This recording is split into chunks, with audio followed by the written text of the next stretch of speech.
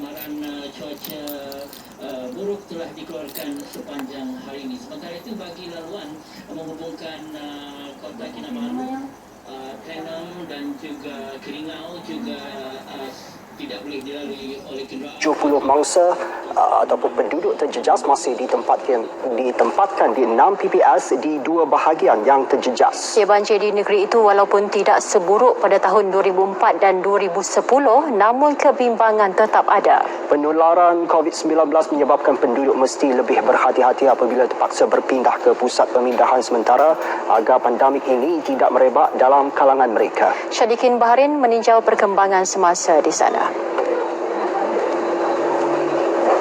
Banjir kali ini bagaikan diluah mati mak, ditelan mati bapa.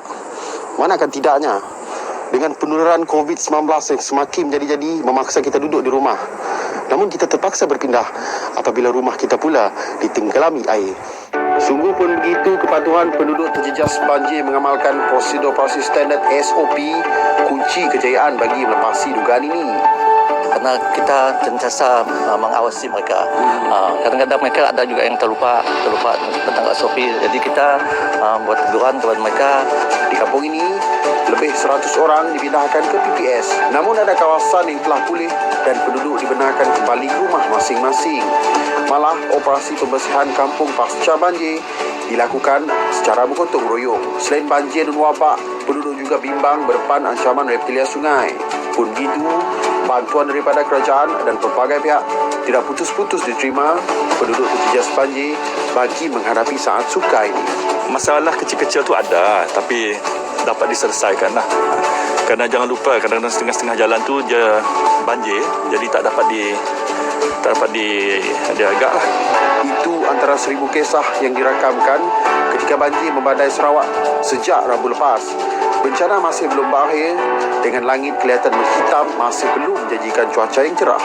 Apapun, rakyat Sarawak harus bersedia. Syadikin Baharin, Berita RTM.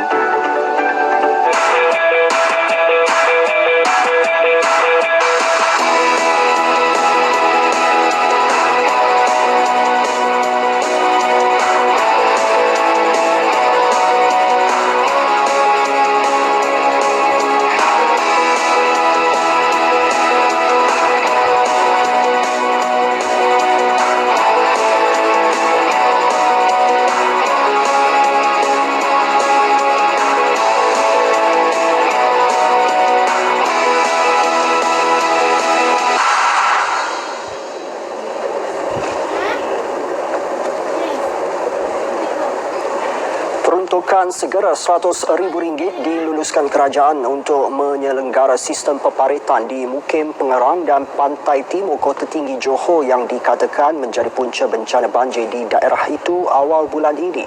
Menteri Kanan Perdagangan Antarabangsa dan Industri Datuk Seri Muhammad Azmin Ali berkata jumlah itu berdasarkan laporan teknikal Jabatan Pengairan dan Saliran JPS serta pegawai daerah terbabit dan ia merupakan isu mendesak.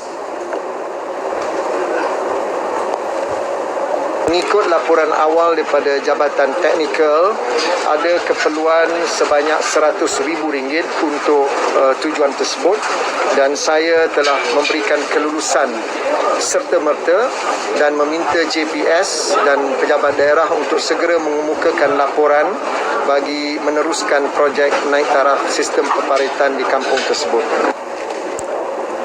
Datuk Seri Azmin bercakap kepada media selepas program misi bantuan bencana banjir di Kota Kecil Kota Tinggi. Terdapat lebih 10 sistem peparitan yang perlu diselenggara segera melibatkan 6 kawasan iaitu Kampung Bukit Raja, Kampung Teluk Ramunia, Kampung Datuk Gani Osman, Taman Bayu Damai, Kampung Bukit Buluh serta Kampung Lepau. Datuk Seri Azmin turut memaklumkan keperluan menyediakan peruntukan RM8 juta bagi memelihara cerun dan tebing di Kota Tinggi. Ekoran kejadian tanah runtuh berhampiran kawasan penduduk Penderoka Felda disebabkan banjir baru-baru ini. Situasi semasa COVID-19, 3,339 kes baru direkodkan hari ini menjadikan jumlah kumulatif kes positif 158,434 kes. Selangor mencatat kes harian tertinggi dengan 1,314 kes.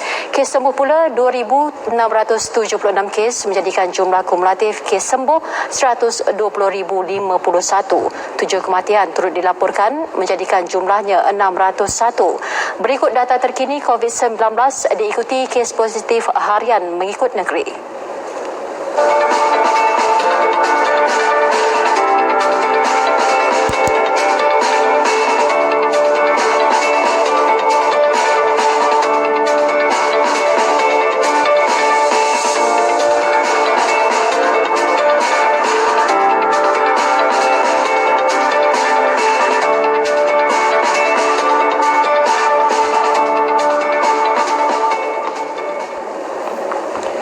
Sepuluh lagi kluster baru COVID-19 dikenalpasti hari ini yang membabitkan 7 negeri termasuk 2 masing-masing Kuala Lumpur dan juga Labuan. Kementerian Kesihatan menerusi kenyataan medianya memaklumkan kluster Jalan Padan Indah dan DTI Sepang 2 melibatkan kluster di Selangor.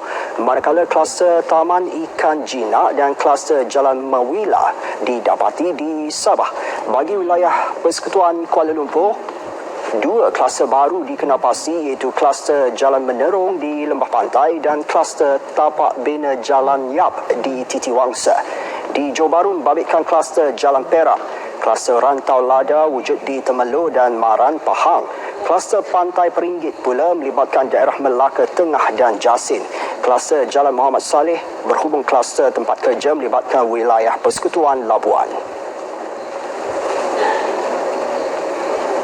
Operasi sanitasi awam akan ditingkatkan di wilayah Persekutuan berikutan kes jangkitan COVID-19 semakin meningkat. Menurut Menteri Wilayah Persekutuan Tan Sri Anwar Musa,